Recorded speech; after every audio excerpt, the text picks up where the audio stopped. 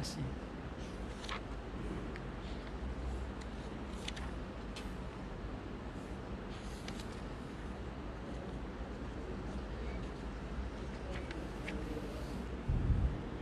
Bismillahirrahmanirrahim. Assalamualaikum warahmatullahi wabarakatuh. Innal hamdalillah nahmaduhu wa nasta'inuhu wa nastahdihi wa nastaghfiruh wa na'udzu billahi min shururi anfusina wa min sayyiati a'malina. May yahdihillahu fala mudilla lahu wa may yudlil fala hadiya lahu. Asyhadu an la ilaha illallah wa asyhadu anna Muhammadan 'abduhu wa rasuluh. Qala Allah subhanahu wa ta'ala qala subhanaka la 'ilma lana إلا ما علمتنا إنك أنت العليم الحكيم. قال رب اشرح لي صدري ويسر لي أمري واحلل عقدة من لساني يفقهوا قولي. وقال النبي صلى الله عليه وسلم فإن أصدق الحديث كتاب الله وخير الهدي محمد صلى الله عليه وسلم وشر الأمور محدثاتها وكل محدثة بدعة وكل بدعة ضلالة وكل ضلالة في النار وكما قال النبي صلى الله عليه وسلم أما بعد. Tuan-tuan sedang tuan yang dirahmati Allah Subhanahu wa taala, alhamdulillah, bersyukur pada Allah Subhanahu wa taala dapat kita bersama-sama pada malam ni untuk buat kali pertama kita kuliah maghrib kita secara face to face lah. Lama tak dapat, rahmati Allah, tapi dapat online tu pun alhamdulillah. Jadi pada malam ni tuan-tuan, kita sebenarnya kitab kita itu kitab Aqidah At-Tahawiyah ni berada pada akhir dah. Dan kita hampir menutupi ataupun hampir nak menutup kepada topik penutup kepada kitab Aqidah At-Tahawiyah ni, mengikut matan je lah. Kita ikut matan dia.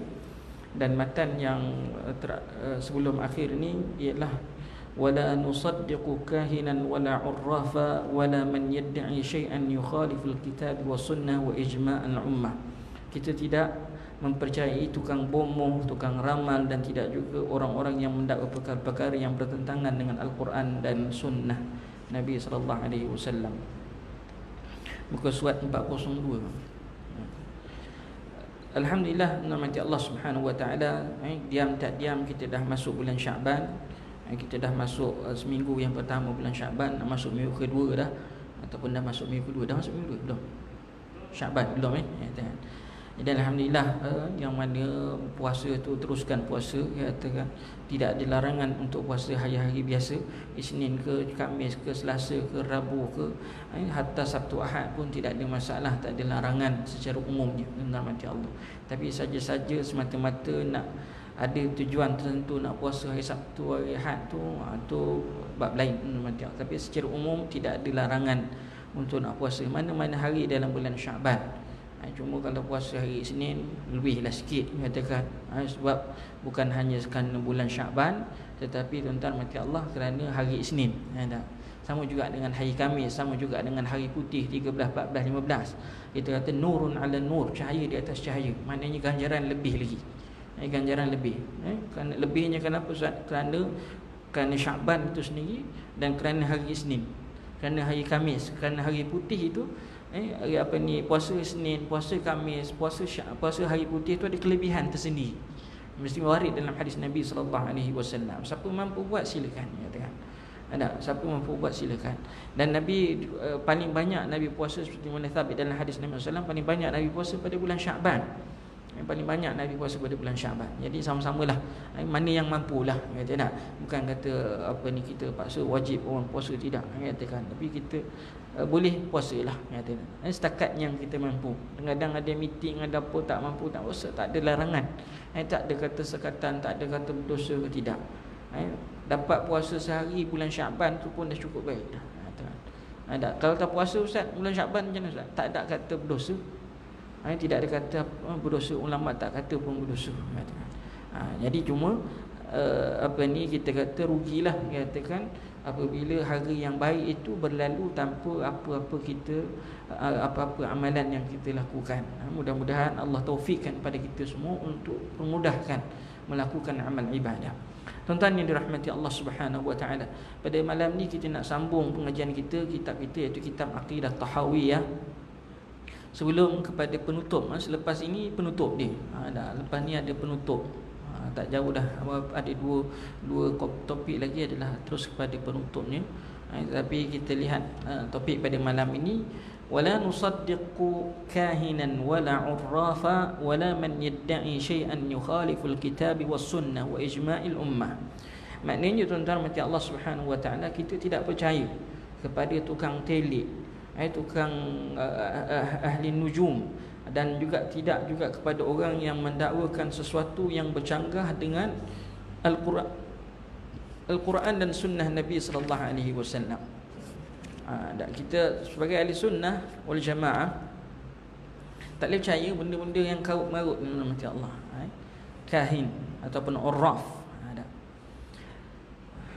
Topik ni kita dah baca dah sikit pada yang lepas, tetapi saya ulang dah sikit nama Allah. Apa yang kita dah ambil, kita ulang sikitlah. Mengatakan wala nusaddiq, orang yang beriman sama sekali kita kata tidak mempercayai, katakan la nusaddiq, tidak membenarkan. Mempercayai itu aspek yang dia bukan kita tak percaya benda tu ada, benda tu ada, tapi kita tak membenarkan benda tu, katakan. Kita tak boleh anggap nama Allah Subhanahu wa taala mereka ini berkuasa, salah. Mereka ni mampu mengatasi kuasa Allah Subhanahu wa taala, tidak. Jadi sebab itu dalam akidah kita, akidah sunnah wal jamaah, katakan ditulis ini wala nusaddiqu kahinan, wala nusaddiqu kahinan. Kita tidak boleh maknanya dikatakan hendaklah kita ni mendustakan tukang-tukang tilik, tukang-tukang bomoh, tukang-tukang sihir, ataupun tukang-tukang ramal, macam-macam lah. Itu istilah. Dia ada beberapa istilah. Yang pertama as-sihir. Sihir ni tuan-tuan mati Allah Subhanahu wa taala makruf. Macam-macam sihir. Paling sihir yang sehingga disebutkan dalam Al-Quran, dalam surah Baqarah tu, kisah Harut dan Marut ialah sihir pemisah. Sihir pemisah, kan? Sihir pemisah ni tuan-tuan mati Allah Subhanahu wa taala ialah sihir yang memisahkan di antara kawan karib, suami isteri, adik beradik, anak beranak, saudara mara, pisah, habis. Sihir ni ada. Dahsyat. Boleh berlaku? Boleh, katakan. Ada. Tetapi mati Allah Subhanahu wa taala, kita benda tu ada, tetapi bukan perlu, kita tak perlu pun membenarkan ataupun mempercayai kekuasaan dia, katakan. Untuk nak mengatakan kuasa dia, ada kuasa lebih ke apa ke, tak ada, katakan. Dia tak ada kuasa apa-apa. Tukang-tukang sihir, katakan. Baru ni ada seorang masyaikh, seorang syekh daripada Madinah tak silap saya, ataupun di negara Arab. Ada satu video rakaman macam mana dia rungkaikan satu sihir yang orang hantar kepada satu keluarga ni, semua adik-beradik dia pecah habis, berpisah. Suami isteri bercerai, cerai berai. Kalau ada kata 6 keluarga, 6 adik-beradik, 6 tu semua pisah habis. Bila dia rungkaikan, dia buka satu ikatan yang dibalut dengan kain something lah. Saya tengok dalam video tu, syekh tu buka kan, selai dia buka. Setiap kali dia buka, di dalamnya ada ikatan nama yang ditulis sekian Fulan bin Fulan dengan isteri, dipangkah kan. Lepas tu dia ada mentera-mentera. Bila setiap kali buka, orang yang kena sihir tu nama Allah. Hatta Nabi SAW, Nabi kita Nabi Muhammad SAW disihir, katakan. Ini disihir, katakan. Jadi tuan-tuan mati Allah Subhanahu wa taala, semua kita kata kalau seseorang itu disihir, katakan, disihir wal izbillah, kata minta berlindung dengan Allah Subhanahu wa taala, maka tuan-tuan tidak hendaklah dia pergi berubat, cari orang yang mampu untuk ubat dia, katakan. Tentulah nak berubat, ini satu hal. Nak berubat jangan pergi jumpa tukang sihir juga. Nak berubat jangan jumpa tukang bomoh. Nak berubat jangan jumpa tukang tilik atau sebagainya. Jumpalah orang yang betul-betul mengamalkan, dipanggil ruqyah syar'iyah, jampi yang syar'i. Ruqyah ni dia panggil jampi lah. Bukan jampi puh kiri puh kanan, mambang kuning, mambang apa tu, bukan. Itu jampi yang tak syar'i. Jampi yang syar'i ialah nas-nas Al-Quran, dibacakan ayat-ayat Al-Quran, dibacakan dengan ayat-ayat daripada Al-Quran yang berkaitan dengan sihir. Macam contohnya tuan-tuan mati Allah, ayat kursi ataupun suratul Baqarah nyatakan ada, ataupun mati Allah zikir-zikir yang warid dalam hadis-hadis Nabi sallallahu alaihi wasallam sebagai pendinding. Sebab tu pendinding yang paling untuk kita sebagai orang Islam mati Allah Subhanahu wa taala, Nabi dah ajar. Nabi ajar kepada kita amalkan zikir pagi dan zikir petang. Azkarul masai, azkarul masa dengan azkarus sabah nyatakan. Zikir pagi dan zikir petang. Mana yang mampulah katakan. Mana yang mampu katakan. Paling tidak pun a'udzu bikalimatillahi tammati min syarri ma khalaq dibaca 3 kali. Bismillahilladzi la yadurru ma'a ismihi syai'un fil ardi wala fis sama' wa huwas sami'ul alim. Dan kita kata bacalah beberapa zikir yang lain yang boleh kita hafal, kita amalkan. Selain daripada la ilaha illallah wahdahu la syarika la lahul mulku wa lahul hamdu wa huwa ala kulli syai'in qadir 100 kali kata. Kalau boleh lah kata. Jadi benda ni tuan-tuan untuk kita jadikan dia sebagai pendinding. Tukang-tukang sihir kita tak tahu. Mungkin ada di kalangan kita, datang semayang bersama. Ada semayang, datang semayang. Tapi tuan-tuan mati Allah Subhanahu wa ta'ala, di belakang saya ramai kawan-kawan yang ada, kita kata, mana masa saya dengan Jaiz dulu, ada seorang hamba Allah ni, anak murid lah, nyatakan anak murid kena sihir nyatakan. Tapi kita tak boleh nak percaya jugalah orang yang beritahu tu, polan tu yang tukang sihir, sebab kita pun tak tahu nyatakan. Kadang-kadang kita tak, macam saya di tempat kerja sekalipun, kadang-kadang ada sahabat-sahabat yang kena sihir.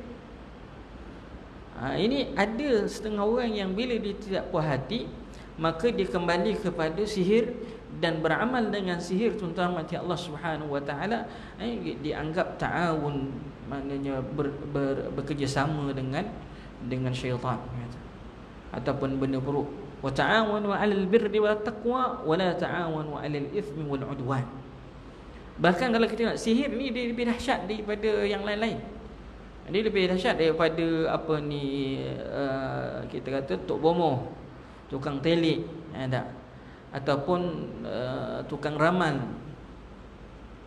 Kalau sihir, dia kalau tengok dalam terjemahan yang disebut ni mati Allah, dia kata sihir ni ibaratun an azaim war ruqa wa uqd ya'malu as-sahara biqasdi at-ta'thir 'ala an-nas bil qatl wa amrad atau tafriq baina zawjin.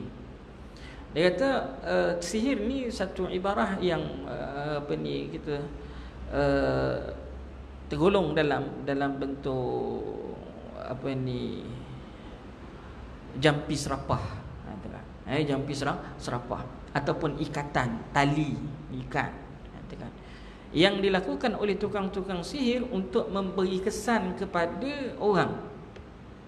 Dia beri kesan pada orang, sama ada kesan itu dalam bentuk bunuh, mati, ataupun sakit, ataupun pisah. Pisah katakan. Pisah suami isteri tadi saya kata. Dan sihir ni macam Allah Subhanahu wa taala, para ulama menghukumkan perkara ini jatuh pada kufur. Waliyazbillah katakan. Sebab dia syaitan tadi tidak akan tidak akan tunduk dengan kemahuan tukang sihir tadi, kecuali dia melakukan perbuatan-perbuatan yang bersifat syirik kepada Allah Subhanahu wa taala. Dan perbuatan-perbuatan yang kotor. Kadang-kadang dia terpaksa makan najis lah, kata makan darah dah, katakan waliyazbillah min dzalik. Saya dulu kat kampung saya ada seorang, tua dulu.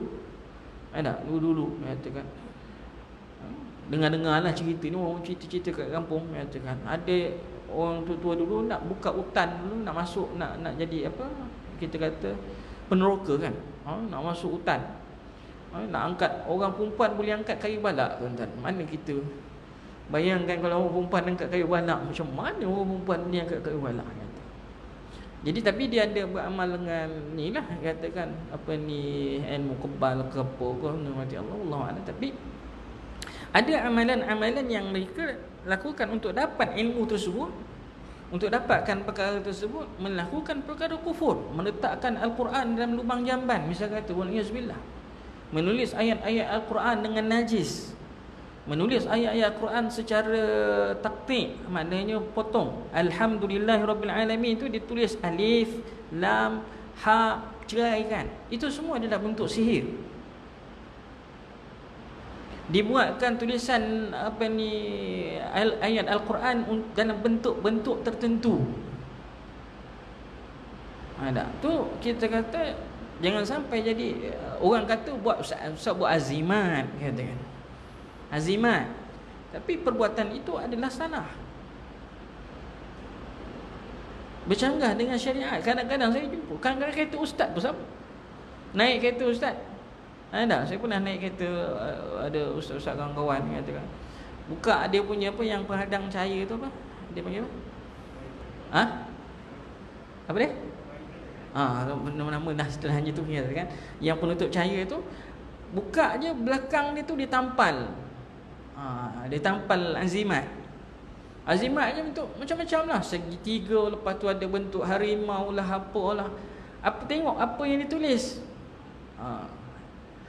Dia tuliskan ayat something, katakan sama ada kadang-kadang ayat Al-Quran ke dia ambil, dibuatnya lakaran-lakaran, bentuk-bentuk lakaran yang tertentu. Maka tuan-tuan mati Allah Subhanahu wa taala, itu pun bahaya, katakan. Tak boleh, katakan. Syarak tidak membenarkan perkara tersebut. Walaupun dia tidaklah sampai tahap sihir, tuan-tuan mati Allah Subhanahu wa taala, tetapi kita kata itu dah termasuk dalam konteks-konteks yang apa ni, yang lain-lain lah, katakan. Kemudian kuhana. Kuhana dia dipanggil nama Allah Subhanahu wa taala al-Kuhan, tok bomoh lah. Tok bomoh, katakan.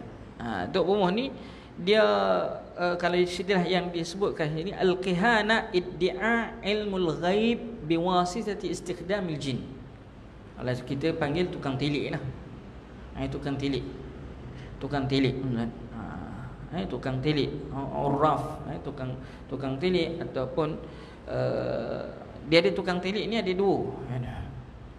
Tukang tilik barang hilang. Ada tukang telik, anak dia ni kena apa, katakan sakit apa, katakan. Tu macam tukang bomoh lah, tok bomoh lah, kata tak. Jadi kalau dia ada urraf ni barang hilang, orang akan jumpa. Orang akan jumpa tok bomoh, dipanggil apa ni, bomoh barang hilang. Itu dipanggil urraf. Tukang apa ni, dipanggil tukang tukang ni lah, tukang cari barang. Saya kalau kat kampung saya dulu, apa ni, kalau ada kadang-kadang orang kena sorok, kena sorok, pergilah jumpa dengan orang kampung, pergilah jumpa dengan orang tua kat kampung tu. Ada satu hamba Allah ni, dia yang akan bagi tahu orang budak ni kena sorok dekat balik pokok ni, pergi memang jumpa. Memang jumpa, katakan. Memang ada kat situ, katakan. Macam mana dia boleh tahu? Tuan-tuan Allah Subhanahu wa taala ialah dengan istikhdamil jin, menggunakan jin. Menggunakan jin. Jadi kita kata kuhana. Ini hati-hati. Walaupun betul, maknanya walaupun dia jumpa, betul dia jumpa, bukan bermaksud kita kena membenarkan apa yang dia. Sebab apa tuan-tuan mati Allah Subhanahu? Kerana di sana ada hadis Nabi sallallahu alaihi wasallam. Nabi kata apa? Man ata kahinan aw arrafa fasaddaqahu bima yaqulu faqad kafara bima unzila ala Muhammad sallallahu alaihi wasallam. Nabi kata siapa yang datang pergi jumpa tok bomoh ni atau tukang telik ni, dia katakan lalu dia membenarkan, dia benarkan, dia pergi dan dia benarkan, betul tok bomoh ni hebat, tok bomoh ni kata semua dia tahu belaka. Fasaddaqahu bima yaqulu, Maknanya dia benarkan apa yang disebut faqad kafara bima unzila ala Muhammad. Sesungguhnya dia telah kufur ke atas apa yang diturunkan ke atas Nabi sallallahu alaihi wasallam. Tuan-tuan. Kenapa boleh kufur? Sebab kita percaya dakwaan dia tentang perkara ghaib.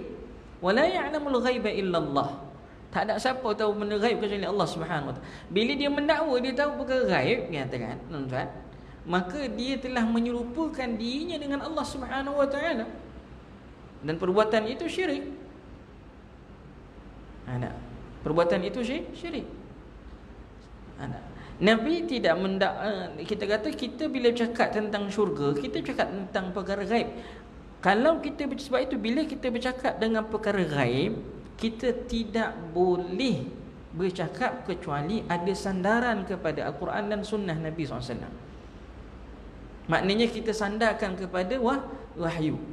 Tapi kalau kita cakap saja benda ghaib tanpa sandaran kepada Al-Quran dan Sunnah, itu salah, itu bahaya. Itu sangat-sangat bahaya, katakan. Sebab itu walaupun kita katakan kalau dulu saya ingat ni, saya pernah kita tak boleh cakap senang, maknanya kalau secara umum, misal katalah dia nak mendakwa dalam syurga besok ada benda ni. Contohlah, secara ain tu lebih baik tak payah katakan. Tetapi secara umum, yes, kita katakan apa sahaja yang kita nak dalam syurga boleh dapat. Kalau orang tanya nak makan char kway teow dalam syurga boleh tak Ustaz? Kita tak ada dalam nas hadis Nabi kata dekat dalam syurga besok ada char kway teow. Tak ada. Tetapi maknanya ada dalil-dalil umum yang mana dekat dalam syurga besok apa sahaja yang kita nak, kita boleh dapat. Tapi nak jazamkan dalam syurga ada char kway teow, ya tak, ustaz cakap. Itu bahaya. Tengok dia secara umum. Tapi kalau dalam syurga, kita kata dalam syurga ada anggur, ada arak, ada susu. Benda tu disebut tak dalam hadis Nabi SAW? Kalau itu tak ada apa. Itu kita dalam syurga ada susu, dalam syurga ada arak, dalam syurga ada ni. Mana dalilnya? Al-Quran, hadis Nabi SAW. Okey, tak apa. Tapi benda cakap dengan, sebab tu kita berhati-hati bila mendakwa benda ghaib, macam Allah, hati-hati. Takut tadilah yang katakan seperti mana dalam hadis Nabi SAW tadi. Itu pergi dan percaya. Ada hadis satu lagi Nabi sebut dalam riwayat Imam Ahmad juga, man ata arrafa fasa'alahu an syai'in lam tuqbal lahu salat 40 yawm. Siapa pergi jumpa tukang tilik, ada barang hilang tu, macam cerita Piramli dululah, cerita Piramli apa, nujum 4 belalang, nujum 4 belalang.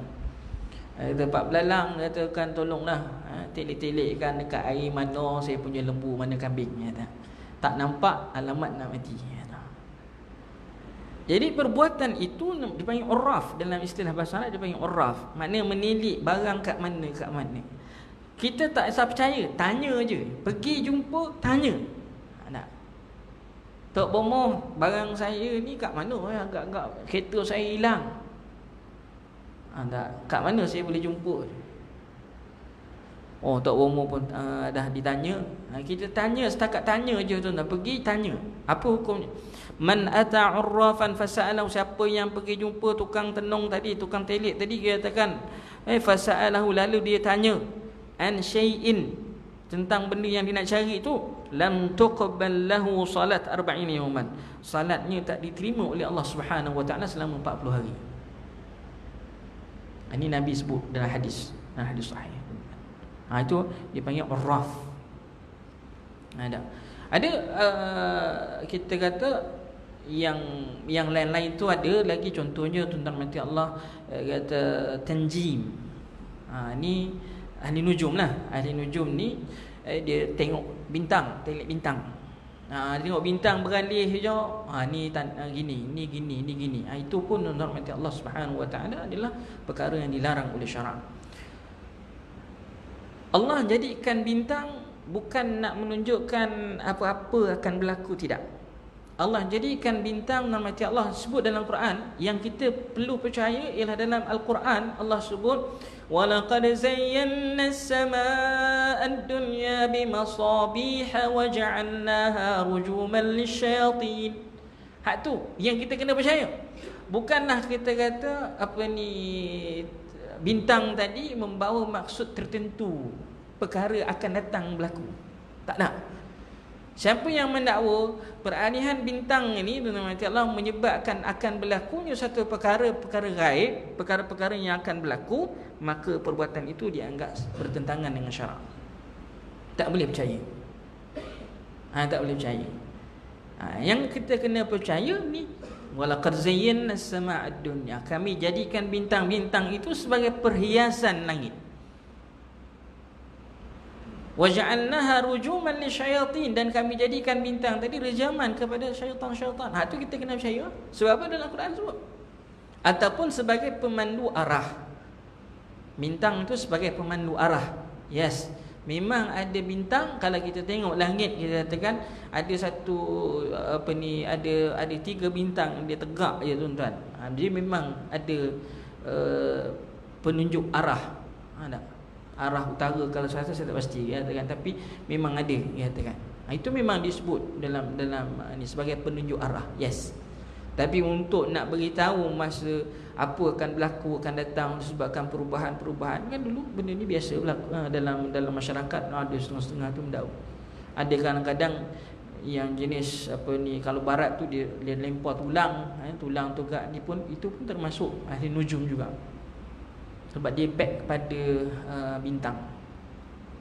Waliyazbillah. Jadi benda-benda ni kita tak boleh benarkan. Kita tak boleh percaya, katakan. Kita tak boleh mempercayai mereka. Tidak. Jadi tuan-tuan yang mati Allah, moga-moga Allah Subhanahu Wa Taala ni. Wala man yad'i syai'an yukhaliful kitab was sunnah wa ijma'il ummah. Dan juga kita tidak boleh membenarkan siapa-siapa yang mendakwa sesuatu yang bersalahan dengan kitab dan sunnah, ijma' ulama. Sesuatu amalan yang bercanggah dengan kitab, bercanggah dengan sunnah, bercanggah dengan ijma' al-ummah, maka hendaklah ditolak. Tak boleh katakan. Tapi dengan syarat jelas-jelaslah. Kadang-kadang kita kata dalam masalah, contohnya dalam masalah akidah, memanglah bersalahan dengan kitab, dengan sunnah, dengan ijma', kita kena tolaklah katakan. Tapi dalam bab ibadat dengan macam Allah, zahir kita nampak bercanggah amalan tu. Tetapi ada istilah dalil-dalil yang lain yang menyokong ke apa, kita tak tahu.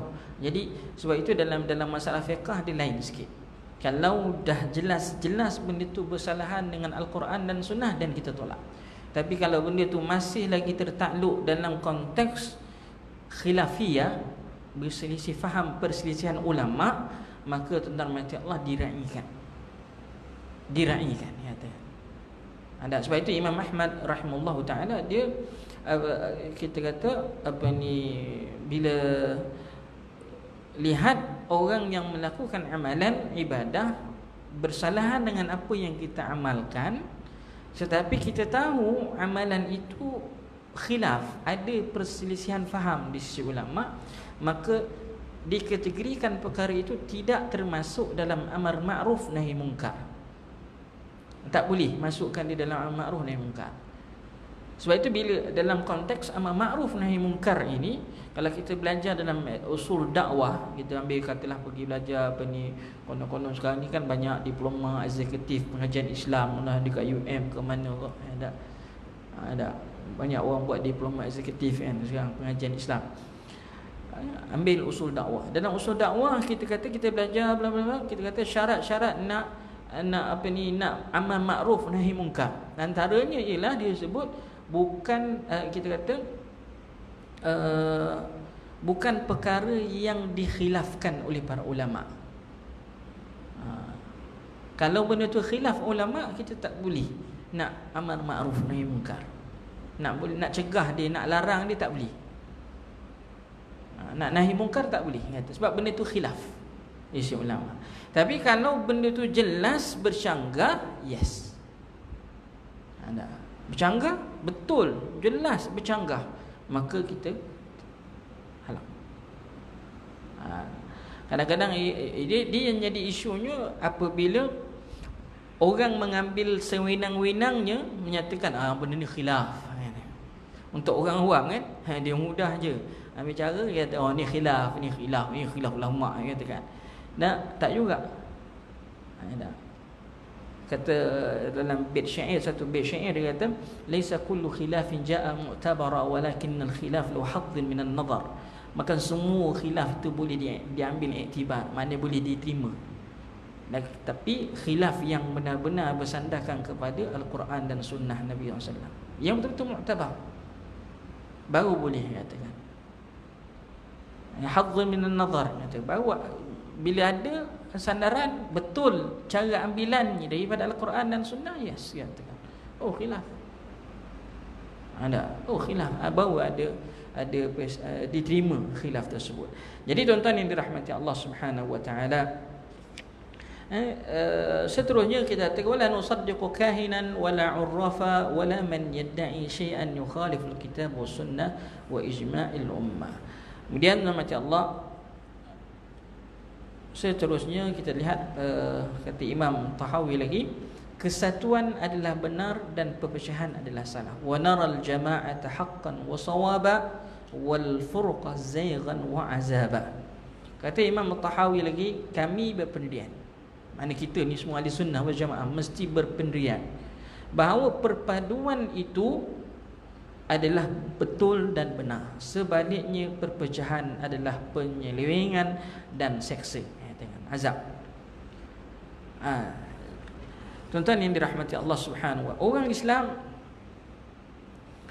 perlu bersatu atas kalimah tauhid. Tak kira siapa pun dia, Cina, Melayu ke, India ke, apa ke, bersatu atas nama tauhid. La ilaha illallah. Itu yang kita suruh setiap hari Jumaat. Apa ni atas kalimah la ilaha illallah, la ilaha illallah. Allah sebut dalam Al-Quran, wa'tasimu bihablillahi jami'an wa la tafarraqu. Berpegang teguhlah kamu pada tali Allah keseluruhannya, jangan pecah belah.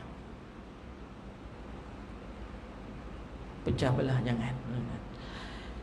Kita kata bukan benda tu tetap akan berlaku, benda tu pasti akan berlaku. Nyatakan perpecahan tu pasti akan berlaku, bukan tak berlaku. Tak. Sebab tu diberi peringatan, wala tafarraqu. Nyatakan dalam kadang-kadang perpecahan, dan kita kena ingat perpecahan itu jangan sampai dalam konteks akidah, nyatakan. Tak. Biarlah kita kata konsep akidahnya itu satu. Ada. Kalau perpecahan dari segi politiknya tu, katakan ni parti A, ni parti B, ni parti C, itu biasalah, katakan normal. Tapi jangan sampai bab akidah, tuan-tuan. Atas dasar akidah, umat Islam kena bersatu. Ada. Kena bersatu. Sebab tu akidah dia satu je. Dia tak boleh kata ada akidah A, ada akidah B, ada akidah C, katakan tak. Akidah satu je. Mana boleh akidah bilang-bilang? Kalau nak berbilang-bilang tak namanya akidah. Akidah mesti satu. Itulah la ilaha illallah Muhammadur Rasulullah. Yang kita ucapkan asyhadu an la ilaha illallah wa asyhadu anna Muhammadur Rasulullah. Qul huwallahu ahad, Allahus samad, lam yalid wa lam yulad wa lam yakul lahu kufuwan ahad. Kadang-kadang dia kata orang lihat, dia katakan perbezaan pandangan itu kadang-kadang mazhab kan, mazhab Syafi'i, mazhab Hanafi, mazhab Hanbali, mazhab Maliki, katakan daripada satu aspek nampak macam perpecahan, dia katakan Ni mazhab Hanafi, ya. Ni mazhab Maliki, ni mazhab Syafi'i, ni mazhab Hambali, kata. Tidak, katakan. Itu tidak dianggap sebagai perpecahan sebenarnya, katakan. Kita yang menganggap ianya sebagai perpecahan. Padahal hakikat bukan perpecahan. Sebab semua imam-imam ini ahli sunnah ni, Imam Syafi'i, Imam Ahmad, Imam Malik, Imam Abi Hanifah, semuanya tadi akidahnya satu. Akidahnya satu. Berbeza adakah mereka berbeza pandangan dalam masalah akidah? Tidak. Sebab apa? Akidah itu satu. Tetapi yang mereka bezakan pandangan itu dari segi aspek fiqhnya, katakan. Ni ijtihad. Sebab boleh ijtihad. Fiqh ni dia ada benda yang boleh ijtihad, ada benda yang tak boleh ijtihad. Tapi yang mereka khilafkan, berselisih faham itu ialah benda yang dibolehkan ijtihad. Contoh kita tengok imam-imam yang empat kan, Imam Malik, Imam Hanafi, Imam Syafi'i, Imam Ahmad. Semayang fardu ada beza-beza ke? Kau Imam Syafi'i kata 5, imam lain kata 4, ni kata 3 ni kata. Semua sama. Semua sama. Tak ada beza. Semua kata rukun Islam tu 5 pegang. Rukun iman 6. Semayangnya, zakatnya semua fardu belaka. Cuma mereka khilafkan dalam masalah yang dibenarkan ijtihad. Yang dibenarkan ijtihad. Tapi mereka tetap berada dalam satu kumpulan yang dipanggil jamaah. Sebab itu kita disuruh untuk berpegang kepada ahli sunnah wal jamaah. Al jamaah bukan nanti kena ramai, tak. Seorang pun kalau dia berpegang kepada Al-Quran dan sunnah, dia dianggap sebagai jamaah. Jangan kata asing, tak ada. Jadi kita baik kita lihat nama Allah Subhanahu, dan kita tidak disebut lagi Imam Tahawi, dia kata wal furqah zayghan wa azaba. Maknanya perpecahan itu adalah penyelewengan dan kita azab tuan-tuan. Sebab tu kita perpecahannya dari segi aspek akidah ke, dari segi aspek akidah lah katakan. Kalau kita ni dalam perpecahan dari segi aspek akidah ni sangat bahaya katakan. Walaupun perpecahan dalam aspek politik itu katakan kadang-kadang boleh bawa permusuhan apa semua, itu dari segi politik. Memang dalam Al-Quran pun ada katakan. Dalam Al-Quran menjelaskan kepada kita in ta'ifatani minal mu'minin dalam surah dalam surah Al-Quran, dalam Al-Quran, apabila dua kumpulan bertelagah fa aslihu baina akhawaykum. Maknanya kita kena islahkan. Maknanya kena islahkan di antara dua kumpulan bersaudara tadi. Itu peranan kita lah, untuk islahkan kumpulan-kumpulan ataupun orang-orang yang beriman yang sedang bertelagah. Tapi kalau mereka ingkar, adalah cara-cara yang dibenarkan oleh syarak, kita katakan. Jadi kita tu macam elakkan sebumpa mungkin, elakkan perpecahan, katakan. Khususnya perpecahan dalam bab akidah. Sebab akidah tu nama Allah, mesti akidah tu satu je. Dia tak boleh berbilang-bilang akidah. Kalau berbilang-bilang tak namanya akidah, katakan. Kalau ianya boleh berbilang-bilang, sebab akidah ni benda yang hak, yang satu, katakan. Kemudian tuan-tuan nama Allah Subhanahu wa taala disebut lagi, kata dalam Al-Quran Allah sebut wala takunu kalladzina tafarraqu wakhtalafu min ba'di ma ja'ahumul bayyinat wa ulaika hum 'adzabun 'adzim. Dan janganlah kamu menjadi seperti orang-orang Yahudi dan Nasrani yang telah bercerai-berai dan bersisih dalam agama mereka sesudah mereka datang kepada mereka keterangan-keterangan yang jelas lagi nyata yang dibawa oleh nabi-nabi Allah, dan mereka yang bersifat demikian akan beroleh azab seksa yang benar. Sikap orang Islam bila kita bertelagah apa semua, ada orang datangkan bawakan ayat Al-Quran dan hadis Nabi SAW, dijelaskan nama Allah, maka kita kena kembali kepada Al-Quran dan hadis Nabi SAW.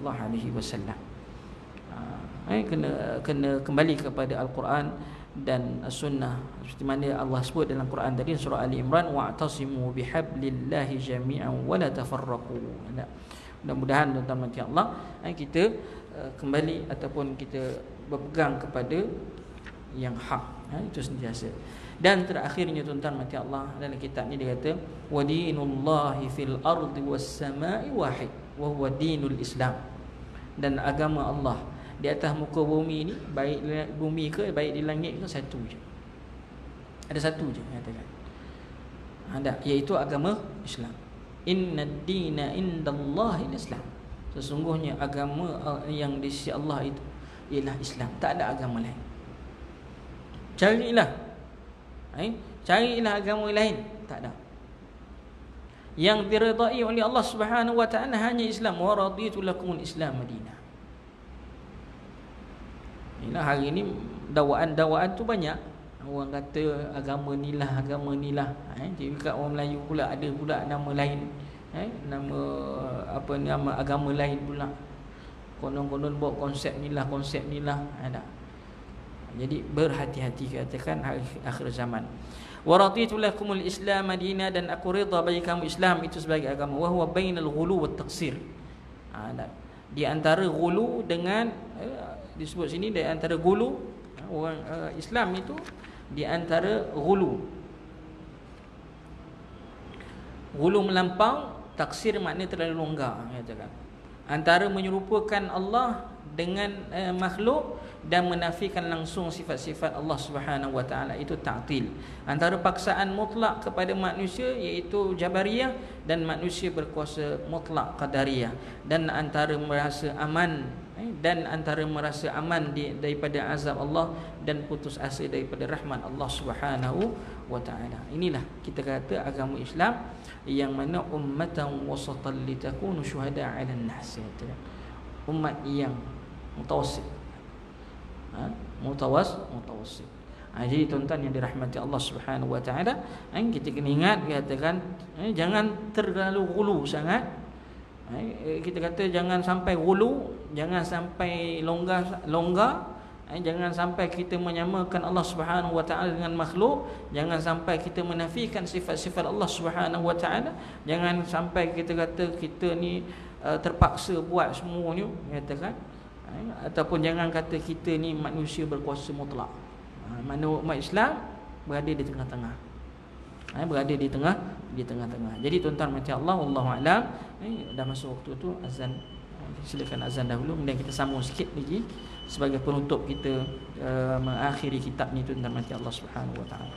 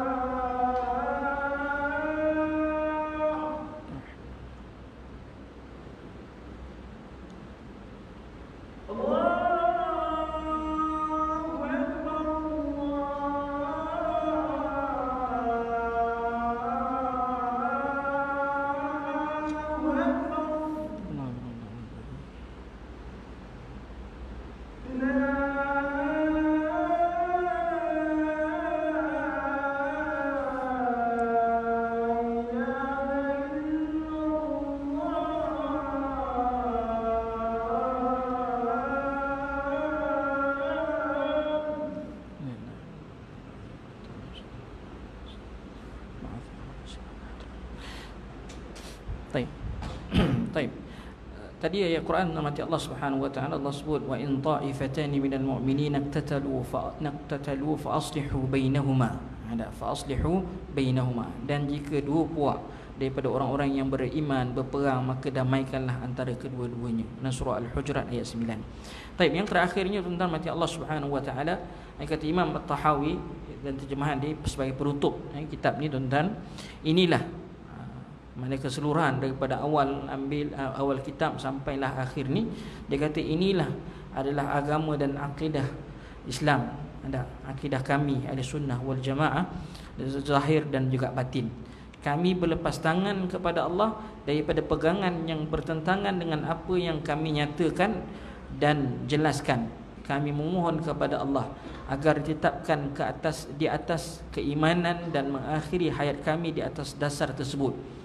Begitu juga kami mohon kepada Allah agar dipelihara daripada mengikut kehendak nafsu yang berbagai-bagai dan pendapat yang bercabang-cabang serta pegangan mazhab yang salah seperti golongan musyabbihah. Siapa dia golongan musyabbihah? Ialah golongan yang menyamakan Allah Subhanahu wa taala, yang mengatakan bahawa Allah tu sama dengan makhluk. Itu bagi musyabbihah. Golongan Mu'tazilah, antaranya ialah mereka ini yang menafikan sifat-sifat Allah Subhanahu wa taala, walaupun bukan keseluruhan tapi sebahagian. Jahmiyah, ada juga kumpulan yang nufat, yang menafikan keseluruhan nama-nama Allah Subhanahu wa taala. Golongan Jahmiyah, golongan Jabariyah dan juga golongan Qadariyah. Semua ni kita dah ambil dah sebelum ni. Dan kelompok lain yang menentang ahli sunnah wal jamaah serta mengikut akidah yang sesat. Kami berlepas tangan daripada mereka. Pada pandangan kami, mereka adalah penganut akidah yang menyeleweng lagi sesat. Hanya kepada Allah kami memohon perlindungan dan petunjuk Allah Subhanahu wa taala. Amin amin ya rabbal alamin. Jadi tuan-tuan yang dirahmati Allah Subhanahu wa taala, kita kata pengajian akidah tidak boleh terhenti setakat ni saja tuan-tuan. Teruslah kata menuntut supaya iman kita ataupun akidah kita semakin mantap. Dan itulah caranya saja untuk kita nak menindas ataupun kita nak menolak akidah yang sesat yang ada. Maknanya tanpa ilmu, tanpa pengetahuan, tak mungkin dapat kita nak menolak dakwaan ataupun akidah yang batil. Hanya dengan ilmu saja. Dan alhamdulillah kita ada masjid, kita ada surau, kita ada pengajian di masjid. Hadirlah menuntut ilmu tuan-tuan mati Allah, walaupun dengar tak ada masalah. Kun aliman aw muta'alliman aw mustami'an fala takun seterusnya katakan, aw muhibban fala takun khamisan fatuhlik. Maknanya jadilah orang yang berilmu, ataupun orang yang belajar, orang yang mendengar, ataupun orang yang sukakan majlis ilmu, tapi jangan jadi kelima. Yang kelima ni semua tak berlaku, maka hancurlah nyatakan. Jadi tuan-tuan mati Allah Subhanahu wa taala, mudah-mudahan Allah berikan ganjaran kepada kita walaupun duduk mendengar sekalipun. Kita kata pahala tetap ada. Moga Allah Subhanahu wa taala permudahkan urusan kita pada masa akan datang. Jadi saya rasa setakat itu saja yang sempat saya kongsikan dengan tuan-tuan. Insya-Allah kita gantikan dengan kitab yang baru pada masa akan datang. Wallahu taala alam bis-shawab. Subhanakallahumma bihamdika asyhadu an la ilaha illa anta wa astaghfiruka wa atubu ilaik. Assalamualaikum warahmatullahi wabarakatuh.